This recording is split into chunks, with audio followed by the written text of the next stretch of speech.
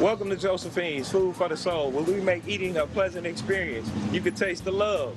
Whether it's our delicious barbecue ribs and chicken or tasty sides, you can just taste the love. Join us on Fridays for hot fish guaranteed to make your mouth water. Don't want to leave home? No problem. We'll deliver. For delicious home-style cooking, stop by. We are located at 18,000 East 9 Mile Road between Kelly and Gratiot. Call 586-362-8155 to place your orders. You're watching W33BY, Detroit, Highland Park, Michigan.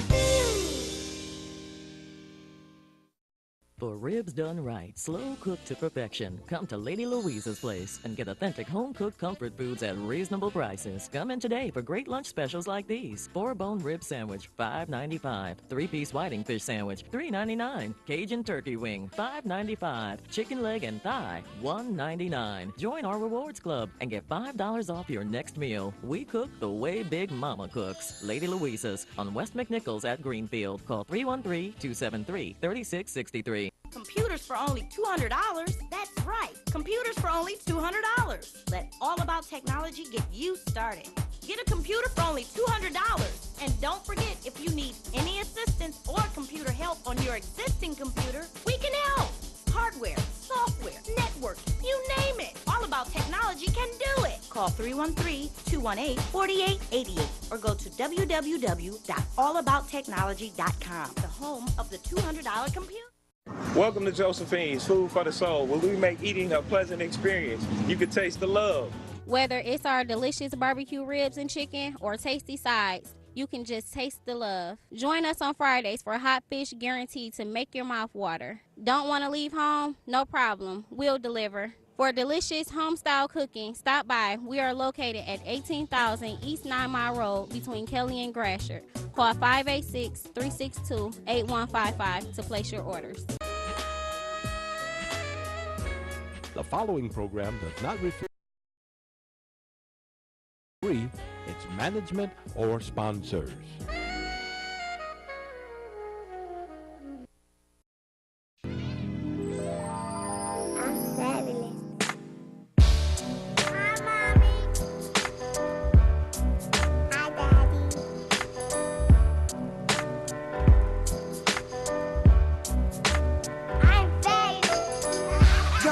Got back, did a little bit. Now we hardy, buffy, tough, do-rag and Tim's. Kinda hard to get a job back out on the block. Charge that to the game. Young girl, she grew up in a rush. Had it bad, no doubt. She don't know who to trust. Every man she ever loved only wanna crush. Oh, no. Charge that to the game. But it's all gravy. Hey, baby. Shots get popped, the cops shut down the party. Jeans sag low, blow smoke out of the chest. We've got a love for y'all, which I don't love us. So it's really a suburban switching lanes. Spin up all I do and call me fame. Yeah. Our kids and funny names. Don't hate on us, we're fabulous. Good evening and welcome to Expose Under the Sun. Brought to you by the Detroit Native Sun newspaper, bringing you news and information not readily found in mainstream media. I'm your host, Sharon Dumas, and I have a fantastic guest today. I'm so excited to have Mr. Tom Watkins. How are you today? I'm wonderful, and thank you so much for having me. Yes, and he's CEO of Detroit Wayne Mental Health Authority. So, Mr. Watkins, tell us a little bit about your background and what is Detroit Wayne Mental Health Authority? Well, I've had a kind of eclectic background. I started off wanting to help young people, and I started a shelter for runaway kids. It's still in operation today, okay. and I was 21 when I started it, so it was just a few years ago. Yes, of course, I understand. That I opened it, but I've run mental health programs here in the city of Detroit. I've been elected a member of the Wayne County Charter Commission. I've represented Northwest Detroit there. I was deputy campaign manager for Governor Blanchard back in the 80s and served in his administration, including deputy chief of staff, and ran the state mental health department as the director under Governor Blanchard. Did a lot of things in business, came back as state superintendent in schools for a number of years, and a lot of my work has been in that cross between trying to make government work for people with needs, and whether that's because of poverty or education or health and human services. And I'm really fortunate to have this role today as the president and CEO of the, because we have $700 million of tax money to help some of the most vulnerable people in our community. People. Hold on 1 minute. $700 million. You need to be calling in. Make sure you have a question for him, Mr. Yeah, Watkins. just as long as you don't ask me for that money, we'll be in good shape. Right. But it really is investing in human potential. Right. People with mental illness, people with intellectual and developmental disabilities, oftentimes referred to as mental retardation, and people with substance abuse disorders. And the way that I look at it, this isn't a statistic. This is somebody's mother. This is somebody's father. This is somebody's son, somebody's daughter, somebody that they love, that has a human need. And it's our responsibility, I think, as citizens and also as a responsible government to wrap the care around those individuals and their family so that they can take part in this richness as we have here in the city, the county, and certainly in our nation. And so it's providing the supports that enable people with a disability to live a full and productive life in their communities. That's wonderful, and I can hear the sincerity and see it in your eyes, honestly. Since you're in the people business, I see that you truly understand that it's about human beings. It's really about people. Well, you know, I can have a big title and a job and run a major organization, but these issues impact me. I've had members of my family that have used the system, not in the state, but in others. And I've seen when they were ready for the help and when the help was there, what it made a difference in their lives. And I've also seen when they weren't so ready for the help and the help wasn't there and what their life was like. And so it's not only academic or you know, profession, it's personal, because I try to look at it as if that was my mother, would I want a service? I'd want a home, a care, decency that I would want for my mother, my son, my daughter, and it shouldn't be any different for anybody else's mom, dad, or son or daughter. It's providing the highest quality care we can with the dollars the taxpayers give us to make their life better. That's the way it is. Yeah, I think that's wonderful. How did the Detroit Wayne Mental Health Authority, how did it come about, and how long has it been in existence? It's been in existence since October of 2013, so it's a little over a year and a half old now. And it used to be part, if you will, of the Wayne County government. And there was a state law that was passed that said break it away, create its own authority so that we could focus like a laser on these issues. Our goal is to be consumer, the person, community-focused, data-driven, and evidence-based. And what does that mean is we focus on the individual in their community. Their community could be Highland Park, it could be Detroit, it could even be the east side versus the west side, Exactly. you know, as we look at it, or the suburbs or the city. So providing the high-quality services in their community. Data-driven, it's about what the data shows, not whether I like you, don't like you, east side or west side, but where's the data at? And evidence-based, and that means based on the scientific research that we have, what are the best practices to help somebody who's abusing drugs or abusing alcohol or has schizophrenia, depression, or was born with a intellectual developmental disability, wrapping our arms around those people wherever they're at and making quality programs come available to them. That's wonderful. Of course, the question is about Lafayette Clinic. Yeah. How the services that Lafayette Clinic offer, how does these services compare to the services today? One of the ideas was that as we develop community-based programs, some of these state institutions would fade away. And honestly, we've done a tremendous amount to develop care in the community. We partner with the Wayne State University Medical School. In fact, we were just presenting some research findings with them where we're working with people in the community, with New Center Community Mental Health, Neighborhood Service Organization, NSO, Children's Center. These are all high-quality Detroit programs that are wrapping their arms around it. It's interesting. Lafayette's been closed for probably 20 years now. Yes. And it kind of reminds me of the lottery. Where's all that lottery money? Right. Where it go? Exactly. And it's there. We lost something because Lafayette Clinic was a quality, research-based psychiatric facility. We're trying to replicate some of those services within our community-based service delivery system. So we work and partner with the Detroit Medical Center here in the city, Henry Ford Health System, St. John's Health System, Oakwood, in order to provide some private hospital using public dollars to purchase hospitalization when necessary, when we can't provide the services in the community. And we're trying to do it on a shorter term stay. Okay. Remember what happened before? If you had somebody who really wasn't doing quite right, they may go off that state institution forever. Forever, yes. Now we know that some people may need their medication changed and some update on therapy, more intensity in a hospital. But just like when I remember my mom had a baby, she was in the hospital for a week. Right. Now, we get them in the hospital, we get them out back to the community to wrap those community services around them, whether it's the sorority or the fraternities or it's the churches or the temples or the mosque. The community-based services where we can really wrap community around the individual, we can begin to replicate some of the things we used to have in the past. I see. So community-based organizations can come to you and ask you for dollars, sponsorship, or grants to make their program work better? Well, what we do right now is we have the Detroit Wayne Mental Health Authority as an administrative arm. If you will, the money comes, about 90+% of our money is federal Medicaid money that provides care. We've got some Medicare money as well for elderly people. We work very closely with people like Paul Bridgewater, who runs the area office of aging here in the city. We partner with a number of others. We cascade that dollars down into community-based service delivery system.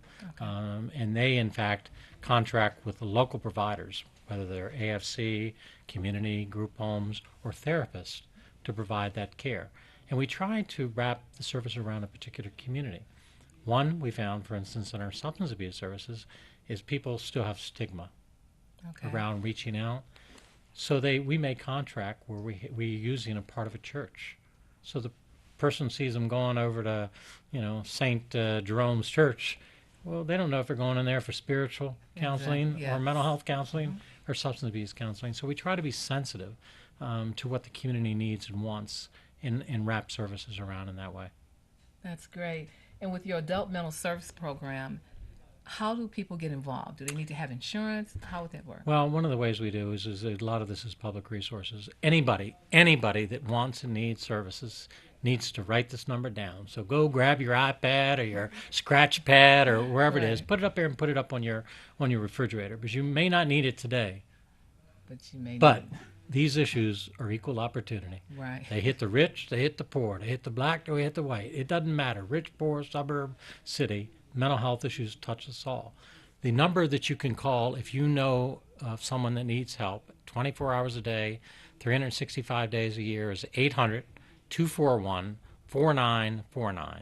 Again, 800-241-4949. That's our access code. So if you know somebody that needs service, they can call that code, and that number, I should say, and they will connect you with somebody and get you the help you need, whether it's substance abuse, a person with a serious mental illness, a child with an emotional difficulty, and now, beginning this past October, we've taken over the responsibility to provide substance abuse services here in the city and in our out-of-county communities as well. Okay. So if there's anyone out there that knows someone who has a substance abuse problem, and that's a big problem, not just in Detroit, but in other cities as well, be sure to call the number, which is 800-241-4949. We're standing by, really, and it's very serious. If you know somebody that needs the service, that number should be as famous as 800-call-SAM. Right. We got to make sure that people know where they can get help when they need it. And insurance. The insurance, a lot of these services, people will be covered. One of the great things, because of our legislators here in the city of Detroit and the out-of-county, Democrats and Republicans, and the support of Governor, and certainly our president, President Obama, passed the Affordable Care Act. And sometimes people refer to it in a negative way as Obamacare. Absolutely. I say it with pride. Providing health care to all Americans. Doesn't matter if you got money or don't have money. This is a program that you can. So in Michigan, it's called Healthy Michigan. And so this expanded health care services to a lot of people that didn't have it before. But a lot of the people that we serve are eligible for Medicaid because of their income levels. And so you're either going to qualify on Medicaid, the Healthy Michigan plan here, the Obamacare plan that we have in the state of Michigan, and we have some ability to pay opportunities for as well. And we certainly accept anybody that walks in with that Blue Cross Blue Shield card or hat. Those things help as well, because quality cost. And so when we can bring in private pay or health insurance that we have either on the private side or through government programs, that's the way that the majority of the programs are paid for. Great. What about people with developmental Disabilities. Yeah. Yes. What type of services do you offer for Well, them? one of the things that we have is, and it's great, and she happens to be U.S. Senator Debbie Stabenow today, but when it was state legislator Debbie Stabenow, she passed a program called the Family Support Subsidy Act. Again, when I grew up, and I remember my friend across the street had a mental retardation, the intellectual and developmental disability. And she was my friend until she was 6 years old. Then she was sent off to state institution. But Debbie Stabenow back in the 80s passed a bill they called the Family Support Subsidy Act that'll provide a subsidy for you to care for your special need child at home. So that's one way that we provide it. We also provide community residential services through our adult foster care system or through residential programs where we care, because these are individuals that somebody called me about 25 years ago. They called me a tab. I looked at them, a tab. I thought they said something S-O-B. Right. And they said, Right. no, T-A-B. Okay. I said, what does that mean? They said, you're temporarily able-bodied. Temporarily. Able-bodied, because you think about it, we all come in to this world and need support, Right. right? And maybe you're an accident, a stroke, a heart attack, disability through other ways that you're going to need support. Or if you're lucky enough to live long enough, you're going to need help. You know, my mom certainly did in the last few years of her life. She needed it. And so what we do is we wrap services around individuals. Some are born with a disability. Some become disabled later in life. And we provide the 24-hour day care. And so we're carrying some people with some severe medical needs living in our community, as well as their intellectual and developmental disabilities. Developmental meaning that it happened before the age of 21. But again, you know, a friend of mine doing real well, young 60s, had a stroke. And his life changed in a heartbeat, literally. And he needed help to learn to walk again, learn to talk again, learn to eat again. But with that support, with that caregiver at home, he's able to live a more productive life. And that's the kind of services and help we provide to people with intellectual and developmental disabilities here in Detroit and throughout Wayne County. Wonderful. I've noticed that the suicide rate seemed to be up with children. Yeah. And that's a real concern. Do you have any programs at all that address that need as well? We do, and one that just happened 2 weeks ago, and quite honestly, ripped my heart out. Yeah. A 9-year-old boy here in the city, and I don't know all the background and the like. Some kind of altercation, fight between families. Family lived in 2 homes right next to each other. Went back to his other home and hung himself on a bunk bed, as I'm told. Yes. 9 years old, Yeah. without hope, without a reason to live. It's painful. It's I very mean, painful. I mean, to think that's somebody's little boy, that's somebody's grandson, somebody's nephew that's there. Yeah, we do have programs, and I wish that those programs could wrap around that little boy who's gone today. But we do. Children's Center here in the city of Detroit, right down the street on Woodward, is an exceptional program for children's developmental center over on the west side, the Guidance Center over on the east side of Detroit, Neighborhood Service Organization, NSO, right here in it, Detroit Central Cities, and all have different levels of programs.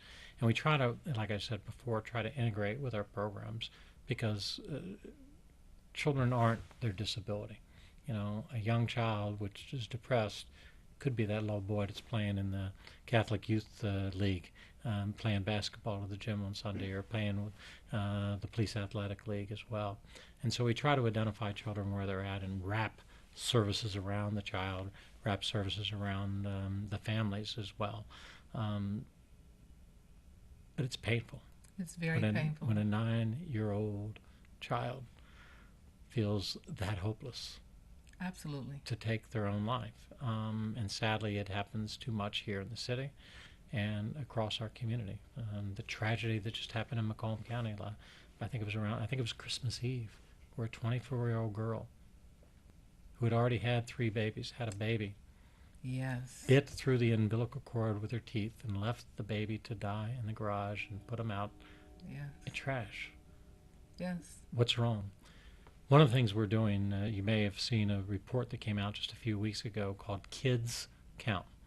And it's a national program, a state program that lays out the challenges that are facing our children in our communities across the city, this county, this state, and this nation. And it's sinful, quite honestly, that we have children growing up in the level of poverty that they're in, lack of education that they have, and we're trying to do something about it. We're organizing a children's conference we're gonna do the planning here in the city and the out county, get people together, talk about how we can wrap our arms around children in need and families in need, and then have a culmination of a conference in 2016. Is it going to solve the problem? Is it going to bring that little boy back to life? No. But we're trying to be a catalyst for change with other community-based organizations here in our community. Skillman Foundation, are they involved? They will be involved. There's good people. Tanya and Alan and others at Skillman are a true blessing to our community in many ways, where they step up, not just with their money, which always helps. Right. We always need those resources, but also their expertise, their caring, their compassion, their ability to bring in experts to work with us. So we'll reach out and touch everyone, whether it's our university partners, whether it's our private hospital partners, whether it's our community-based, our faith-based community, whoever wants to step up to help, we're there, because there's more than enough work to do. I'd like to be out of business soon, but I don't think it's going to happen in my lifetime. Yes, we have a caller. Go ahead, caller. I can't hear you. Let's see.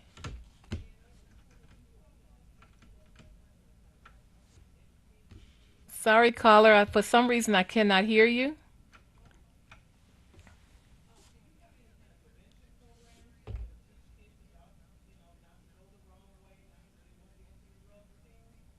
Okay, she's asking, do you have any prevention programs that teach children? We do have prevention programs, and one of the things that we'll be doing soon, when I mentioned our substance abuse services, we have a substance abuse advisory board, and one of the things that they are very interested in is, that old saying, stand down river, and pulling the drowning victims out, or going upriver and find out who the heck's throwing them in. And we're doing this in a couple of different ways. We've just approved some resources to do some community education. So you're going to see some billboards around our community on the side of buses and other ways to communicate, so people know that number. Right. Remember that number, 800-241-4949, where they can reach out and get the help that they need. And also, one of the things that people don't realize, but some of the health issues that impact people. If your health's not good, your mental health's not going to be very good if you can't get up and be inactive. And so we're doing some not only anti-drug and where people can get services in how to prevent, but also on smoking. My mother died of lung disease, so I'm a big proponent of telling people, please don't pick up that cigarette. If you picked it up, try to find another way to deal with that need, whatever reason you started to smoke, to stop. Because I watched the painful death of my mom at too early of an age, because she used to be a 2.5, 3-pack Camel non-filter cigarette smoker. So we have a number of programs, not enough, because a lot of our money is tied up in services that I talked about, 24-hour day residential care and therapeutic, but we do have a small amount of resources we're putting into prevention. How about obesity? Anything with obesity? Yeah, in fact, it's interesting. One of the things we do is we listen to our consumers. We have a consumer advisory group. That's one of my great staff members, Donna Coulter, where it brings in community. And usually where you see struggles in one area, there's struggles in the other. And we know that obesity can cause a lot of health issues, whether it's heart or lung control issues, or just not feeling good. If you don't feel good enough to get up off that couch. I mean, it's so beautiful out there today. I feel like going home and riding my bike after this winter. So we're trying to do it. And also it's the self-esteem. And powerful, particularly in those young years, because teenagers, when you and I were there, we were cruel too. I mean, I try not to be, but sometimes young people can be really cruel and making fun of people that are there. So absolutely, we have programs to try to address the full integration health needs, and obesity is certainly one of them. And I'm glad to hear you say the self-esteem part, because I have an organization, Full and Fabulous, and the Curvy Girl Project. I've had it for 33 years. And just to get people to understand, it's really about the self-esteem. It's really about making good decisions because you feel good about yourself. Yeah. That's really kind of where it starts. Well, I mean, and that's such a great program. Because, you know, I'm a father. I got a young son. They're not so young anymore, but they're still my child. And a daughter who's 26. And I told her from the moment she was born, she was beautiful and smart. And she's always going to be beautiful and smart. And we need to do a lot of things that we can to lift up our children and care for them as their own, even though they may be a child down at the end of the block. And it hurts when, you know, the old sticks and stone may break your bones, but words will never kill you. It can. It can hurt a child's self-esteem, and it can have a lifetime impact. So anything that we can do. If you're out there listening today, young lady or young men, you're beautiful. No matter who you are, you're a good human being, and you need to never forget that. So thank you for what you're doing with the Curvy Project and others to build up the esteem of our children throughout this community. Thank you very much. Thank you so much. Give your information again. It's 800-241-4949, or always go on the website, which is www.dwmha.com. So Detroit Wayne Mental Health Authority, or dwmha.com, and you can get a full access of a lot of information there. And if you know somebody who needs mental health services, please call 241-4949, 800-241-4949. And thank you so much for allowing me to be here with you today. Thank you so much. It was fantastic. Thank you. Good information. $700 million to service Wayne County. Give them a call at 800 241-4949, 24 hours a day, 365 days a year. Our great community partners are there to serve you. You've been watching Expose Under the Sun. We'll see you next week.